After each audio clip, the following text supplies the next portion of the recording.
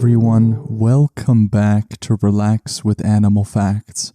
I am Steph Wolf, and today I am going to be learning with you about our furry, scaly, or possibly even slimy friends. And in today's case, it is definitely going to be a scaly friend of ours because we are covering the oh-so-wonderful King Cobra.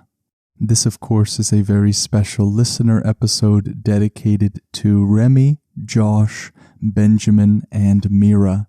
Thank you all for taking the time to request such a cool critter, and I hope you enjoy your very own episode. For how to request an animal and to get access to all of the facts that were used in this episode, that information is immediately available in the show notes or the description, but I will also be going over it near the end of the episode. For more Relax with Animal Facts with exclusive content and intro-free episodes, you can go to patreon.com/relaxwithanimalfacts or just click on the Patreon link in the description. All of the tiers are exactly the same, so for $1 a month, you can get access to all of the content that's been posted thus far. And now let us begin to wind down. As always, I have 3 things that I would like to encourage you to do. The first is to put on some really versatile sneakers or just some boots that you like. We are going to be needing that where we are going today. And my second exhortation for you is to notice perhaps where you are carrying tension. Is it in the head? Is it in the neck, the shoulders, the arms? Everyone in this way is different, but my exhortation to you is the same regardless. I want you to try to relax those parts of your body that you are tensing. You can simply bring up in your mind some jello to make it easier and just do your best impersonation. Really go for the Oscar here. And the third thing I encourage you to do is to give your mind permission to wander and journey with me into a dense forest in Southeast Asia where the King Cobra resides.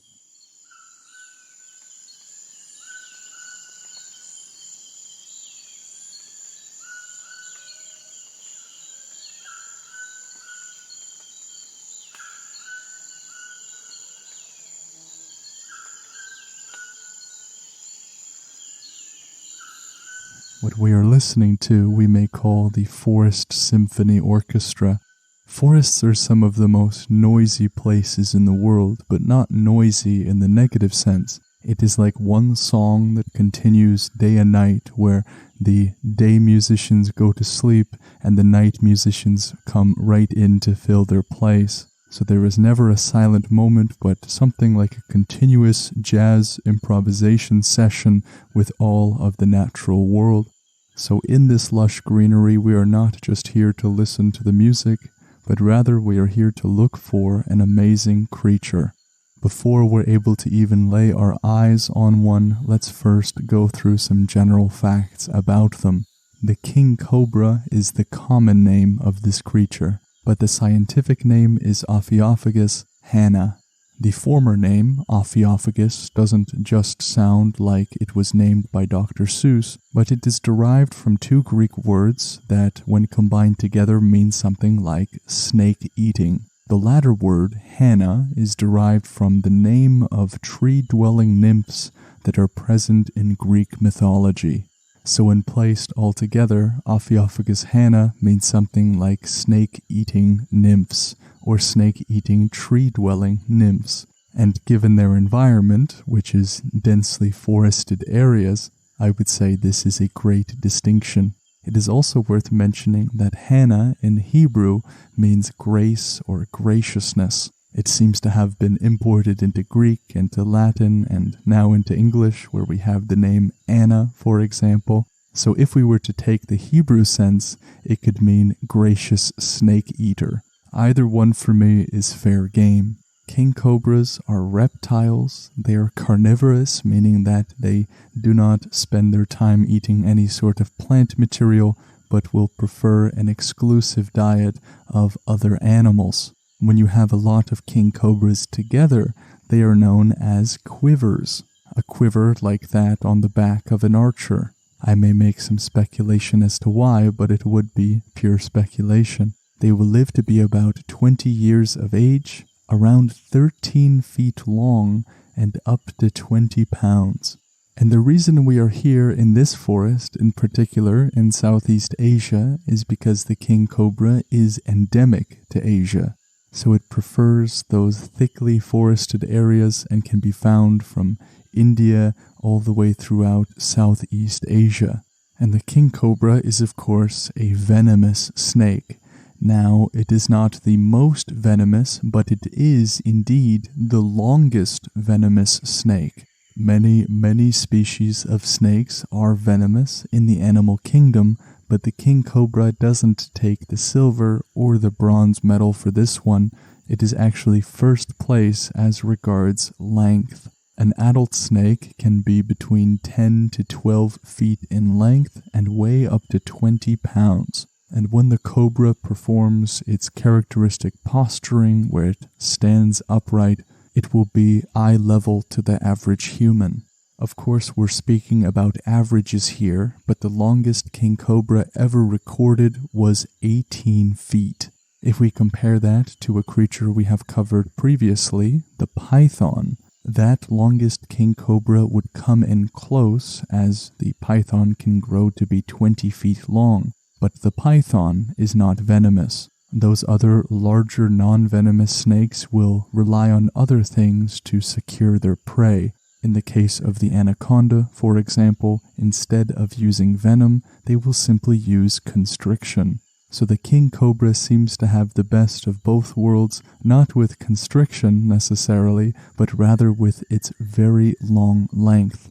A fully grown king cobra can be a few different colors, usually yellow, green, brown, or black, and they will often have yellowish or white crossbars or chevrons as they're called.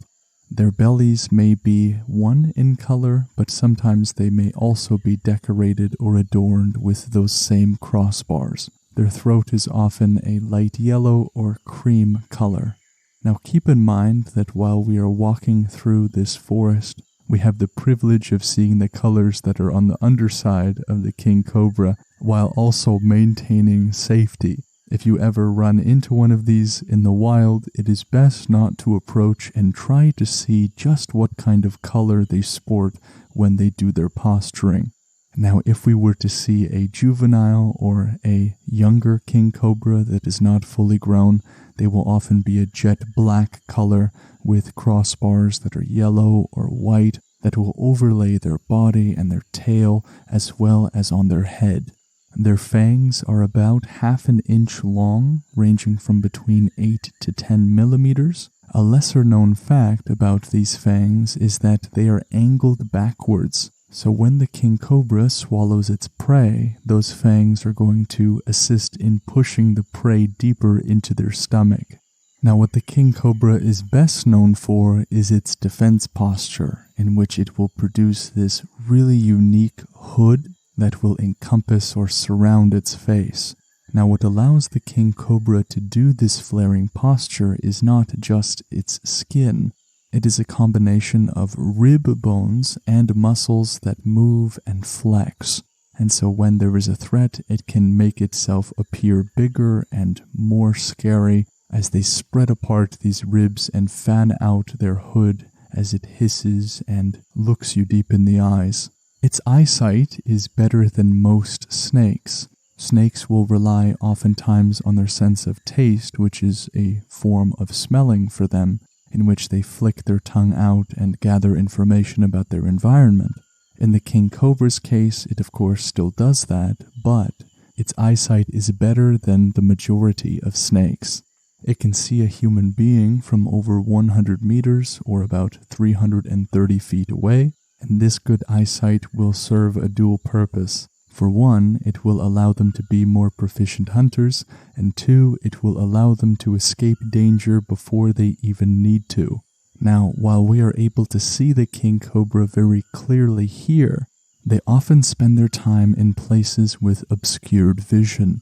What I mean by that is tall vegetation or in trees, basically where it is difficult to spot them. This is also what makes them particularly dangerous, is because somebody who is just working on their field or on their property can suddenly get bitten from somewhere in the tall grass.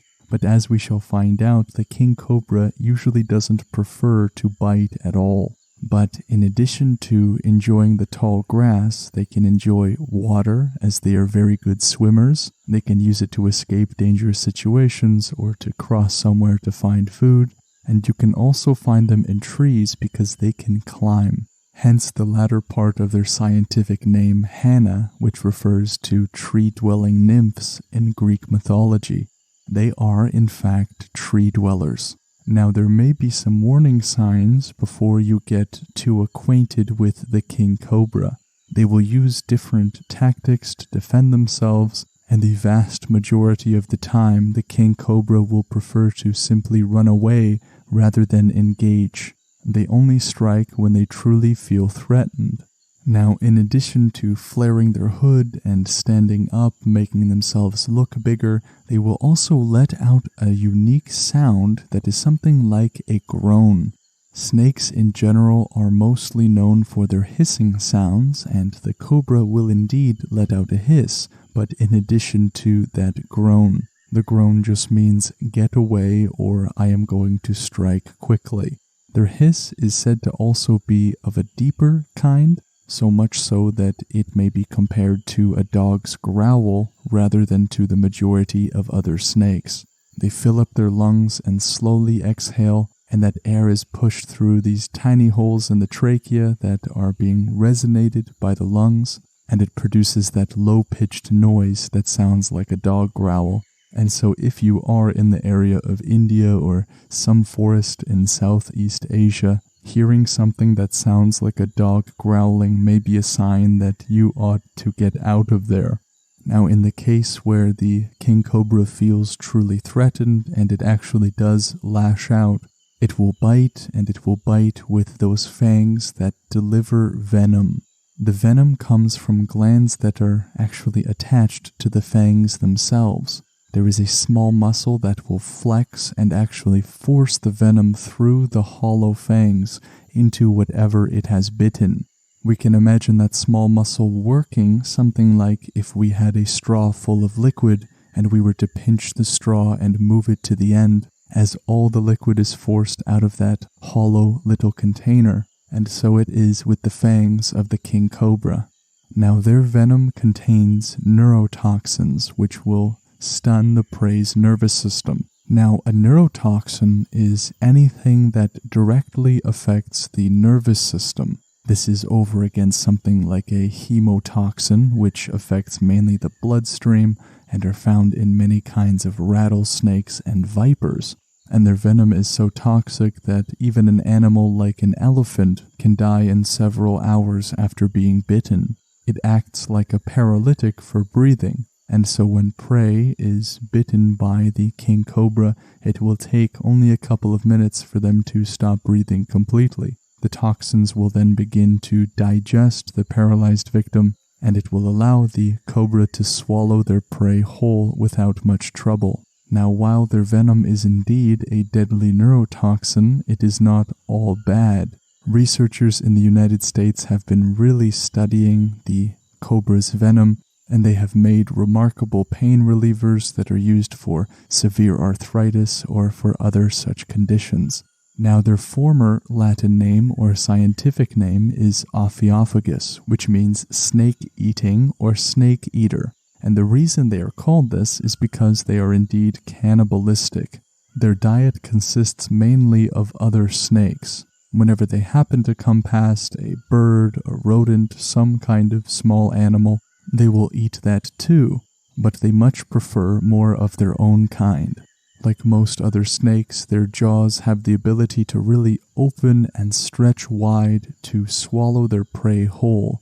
They have no ability of doing any kind of mechanical digestion by means of teeth and grinding down food. They will simply swallow things whole and allow their digestive system to do the rest. One interesting fact about the cobra, that is an interesting fact about many other snakes, is that they can go months to years without eating anything. They do not even need to drink water to survive. As they pass through wet areas, that water or moisture will be absorbed through their bellies, removing from them the need to actually ingest something through their mouths. That is pretty cool. Now, the amount of neurotoxin that they can deliver in one bite, which is up to 0.2 of an ounce, is enough to kill 20 people. It is also enough to kill an elephant over several hours. That is some strong venom. Now, these snakes are diurnal, meaning they are going to be doing the majority of their tasks during the daytime, as opposed to nocturnal creatures during the nighttime, and they're going to live about 20 years of age in the wild. That is quite an impressive lifespan. Now, if they do meet an earlier fate, it might be because of one creature. That is the mongoose. The mongoose is their biggest predator, of course, besides humans. They are basically immune to the venom of many snakes, including the king cobras. Now, the mongoose won't actually hunt a cobra intentionally, but if it crosses its path and needs to defend itself, it will, and it will many times win. When the female king cobras lay eggs, they will lay from between 21 to 40 white eggs. Now, the female will stay on top of the eggs as the male is standing around close by. It is even possible that male and female king cobras mate for life, something that I did not at all expect. Now, during this time in which the female is on top of the eggs, the male and the female king cobra will tend to be extremely aggressive towards any kind of approaching behavior. In this case, they will usually not try to escape, for there is something to defend, and so they will stay and deliver venom if need be. And before we move on to the name of the animal, let's just cover something interesting, more of a pop culture kind of fact. Many of you are familiar with snake charming or snake charmers, in which they play this flute and the cobra does what seems to be a little dance. What is happening there is not hypnosis. The snake charmer is not hypnotizing the cobra that is in the basket, but it is rather the result of a rigorous conditioning process in which the snake is taught not to strike the flutist, oftentimes with pain inflicted by the trainer. And so this cobra, after being sort of exhausted with the training process, simply sways back and forth as they are put on the defensive. Suffice to say, it is one of those things that simply sucks. As this article puts it, it is more of a con game than anything else. In fact, the cobra is entirely deaf to the ambient noises being made by the flute. They can sense ground vibrations, but they are not responding to any flute music. Now let us move on to the name of the animal. What does its name mean, or where does it come from? So we are going to be covering both the word cobra and the word king as it relates to the king cobra. So the cobra is a venomous hooded snake found in India and neighboring regions, and it was given this distinction in 1802. It goes back to a Latin word, colubra, which means a snake or a female serpent. And the distinction or adjective of king was applied at first in natural history to those creatures that were deemed remarkably large or dominant in their environment. For example, the king crab, the United States king snake, and the king cobra. The word king cobra was really coined in the year 1888, and so the reason it is called the king cobra is an intuitive reason. It is the world's largest venomous snake, so of course it is the king as regards length. And now let us move on to the review portion of the show. This review is coming from Snurble, who is writing all the way from Norway. I think this is the first review that the show has gotten from Norway. I could be wrong, but I believe so. But Snurble writes, "The host of this podcast is amazing. He has such a soothing voice and intonation. I listen to this every night before bed, and it's actually really improved my sleep." Thank you, Snurble, for taking the time to write a wonderful review like that.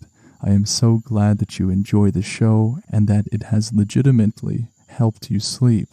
If you wish to leave a review like Snurble did, it is one of the biggest ways that you can actually help the show grow. You can help it get better through critical feedback. You can leave your animal request in it if you so choose. You can tell me the things that you do like and so they don't change. And in addition to helping the show immensely, it can also be done in under a couple of minutes. For those of you that would like to request your very own animal episode, you can do so by going to relaxwithanimalfacts.com and clicking on the Animal Request tab. Simply send in your request, and in the future, you could have your very own episode. And I've had some questions regarding this, so perhaps this is a good time to cover this. Animals are chosen on a random basis. They are not chosen according to chronology, or that the oldest animal suggestion is the one that must be chosen.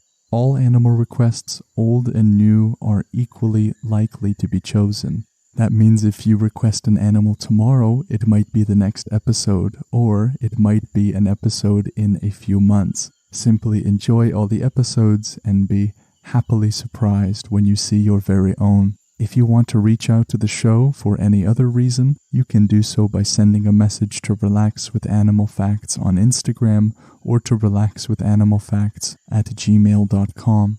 For more episodes and exclusive content for only $1 a month, you can go to patreon.com/relaxwithanimalfacts. The resources used in this episode come from kids.nationalgeographic.com, nationalzoo.si.edu, treehugger.com, a2zanimals.com, etimonline.com, and zooatlanta.org. All of those resources are in the description. Without their contributions to the animal facts world, this episode would not have been possible. What a cool creature we have covered today. The single longest venomous snake in the world. It certainly earns its name of the King Cobra. Thank you all for joining me in this special episode, and I hope that you will join me on the next episode with the next animal. Take care.